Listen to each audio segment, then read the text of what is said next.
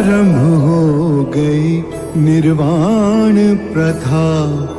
सुनो सुनो ये बुद्ध कथा। हर दिन के पल को चेतना में जियो। जो पीछे चला गया उसका ना राग मन में हो, ना ही आने वाले कल के सपनों की नींद में डूबे रहो। इसी क्षण अर्थात सचेत अवस्था में पूर्ण जियो। अंधविश्वास किसी पर मत करना, चाहे वो धर्म ग्रंथ हो या किसी महानुभाव का कहना, जब तक वो तुम्हारी अपनी बुद्धि और विवेक की कसौटी पर खरा ना उतरे।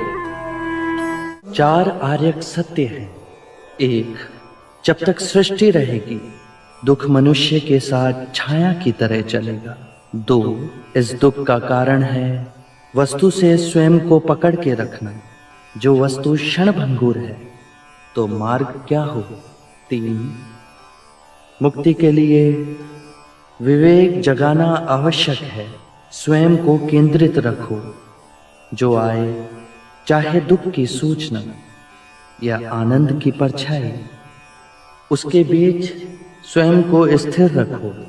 4, इस मार्ग पर दुख के बंधन टूटेंगे और परम सत्य की उपलब्धि होगी। यह संसार जिसे हम यथार्थ मानते हैं दुख और पीड़ा का क्षणभंगुर खेल है। जो जन्मा है उसकी मृत्यु निश्चित है।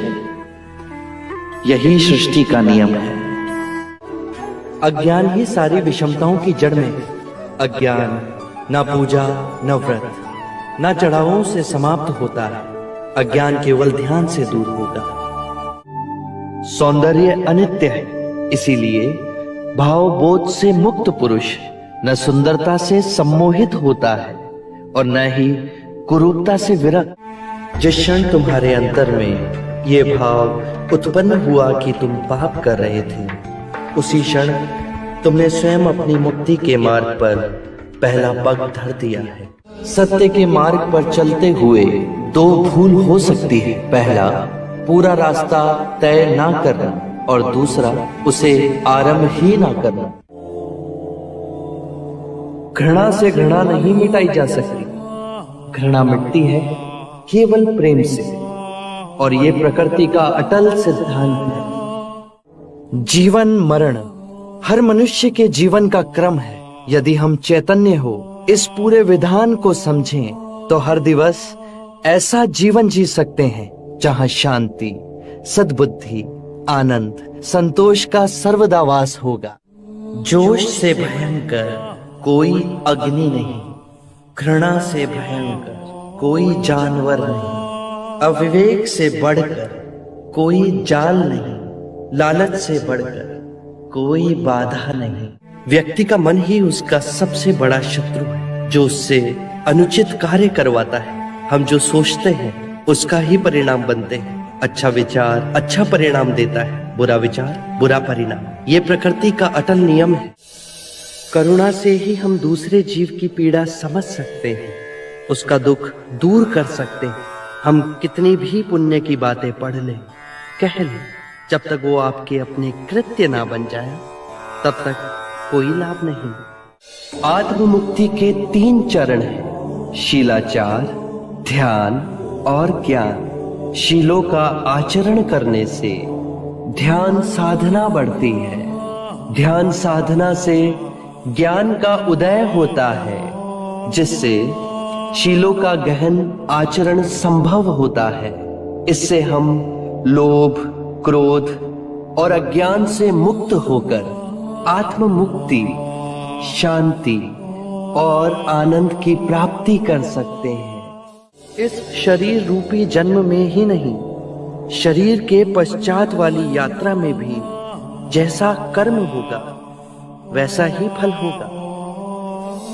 जीवन का रहस्य है भय से मुक्त होना। कल क्या होगा, तुम्हारा या मेरा क्या होगा, किसी पे निर्भर ना होना। जैसे ही भय को अस्वीकार करोगे, पूर्ण मुक्ति मिलेगी।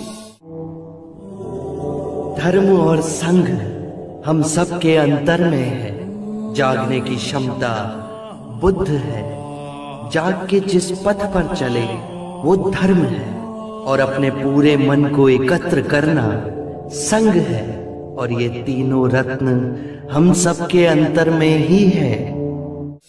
कितने भी धार्मिक ग्रंथ पढ़ लो, कितना ही उन्हें कंठस्थ कर लो, यदि वो तुम्हारे जीवन के कृत्य ना बने तो समझना कुछ भी नहीं किया। 3 सत्य हैं जिन्हें जन जन तक पहुंचाना है। उदार हृदय, दयालु वचन, सेवा में अर्जित जीवन और करुणा। यही 3 मंत्र मानवता का नव निर्माण करेंगे। मृत्यु का भय उसे ना होगा जिसने अपना जीवन बुद्धिमानी से जिया हो। ये शरीर तो नश्वर है, पर मेरी वाणी, मेरे सूत्र बन सदैव आप लोगों के पथ को प्रकाशमयी करेंगे। अपो दीपो भव, अपना दिया स्वयं बनना, अपने बुद्ध को पहचानना। जागो और धर्म के मार्ग पे चलो, अपने अंतर के संग को साधो। अपनी शरण में जाना, किसी को ना खोजना। जो है सब अस्थिर है, उसके बीच स्थिर रहना। परिश्रम से निरंतर संघर्ष करना, कभी हार ना मानना।